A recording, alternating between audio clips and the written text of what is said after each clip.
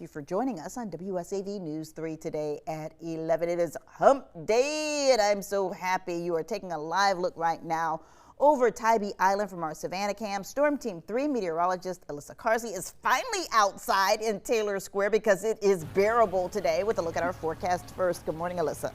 Hey, good morning, Kim. Yeah, surprisingly enough, right now it's actually not terrible outside, which is crazy considering today is the first day of July. July is our hottest average high temperature month. We reached 93 degrees for the middle part of the month, but for the first day, it's not bad. We have those lower dew points. Our feel-like temperatures should remain below 100 degrees throughout the afternoon, so take full advantage of at least this small heat relief.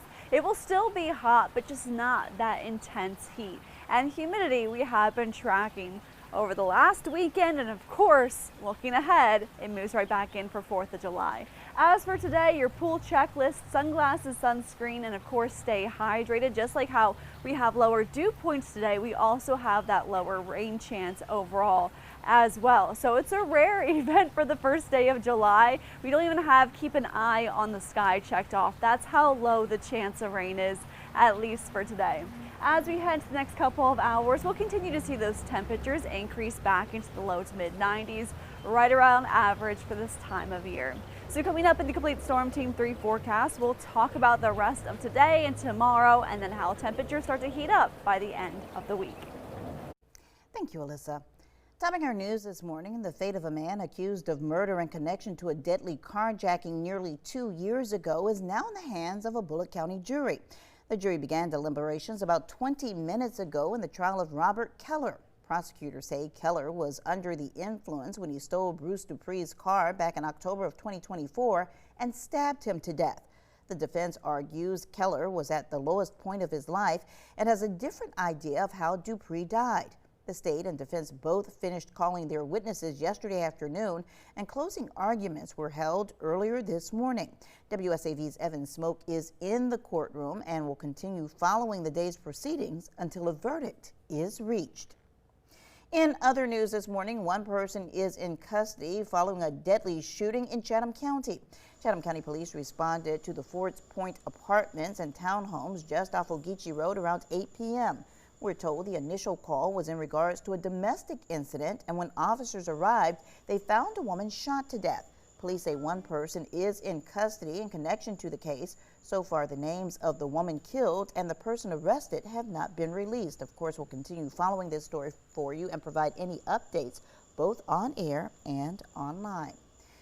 Taking a closer look this morning, what was supposed to be the start of a new chapter has become a costly ordeal for several families across the Southeast.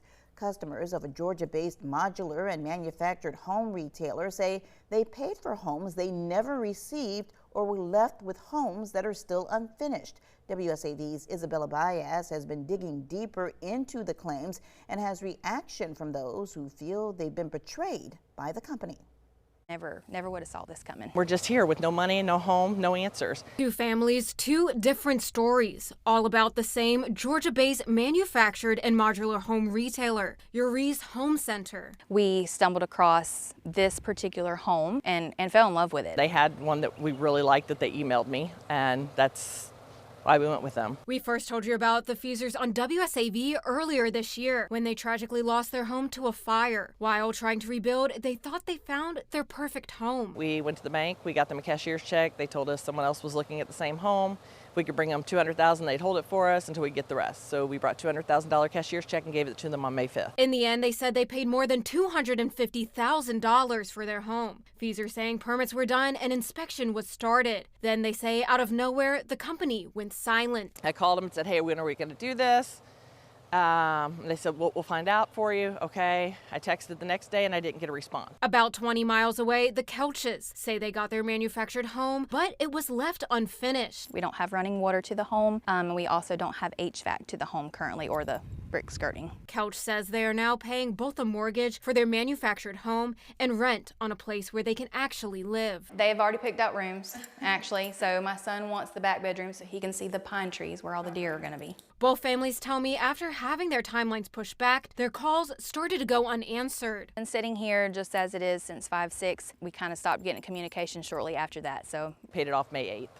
So And when was your home supposed to be here? they told us they could have it delivered the first week of June. Desperate for answers, they turned to social media. pulled up Facebook. My original intention was to go to the Uri's Facebook page, and I noticed that the Facebook pages were gone. And then I saw a post, and I can't remember who it was originally, but it was a lady, and she was saying, I have heard that they are closed. Help, I'm in the process of getting a home from them, and it just kind of spiraled. I got involved in a Facebook group that's going on. We did find out there are over 200 customers that are dealing with either unfinished homes or they didn't get their homes at all like us. WSAV reached out to Uri's Home Center on multiple occasions. Thank you for calling Uri's Home Center. We apologize, but we are temporarily closed at our stores. The Statesboro location empty with a sign saying closed. The owner, Richard Altman, sharing a text message to WSAV saying, in quote, Uri's Home Center Incorporated made the difficult decision to pause its retail operations. We are currently operating on a very limited scale while we assessed out next steps. Meanwhile, the Feasers and the Couches and dozens of others saying they are left with nothing but questions and hurting wallets. It's a mess. It really has been a nightmare. We're going to fight. We have nothing left. We have nothing left to lose. That was WSAV's Isabella Baez reporting. Now, we did reach out to multiple law enforcement agencies about the allegations against Uri's Home Center. According to the FBI, they're aware and take these kinds of allegations seriously. But due to the policy, they cannot confirm nor deny whether or not they are investigating. The Bullitt County Sheriff's Office is also responding, only confirming that they have received complaints.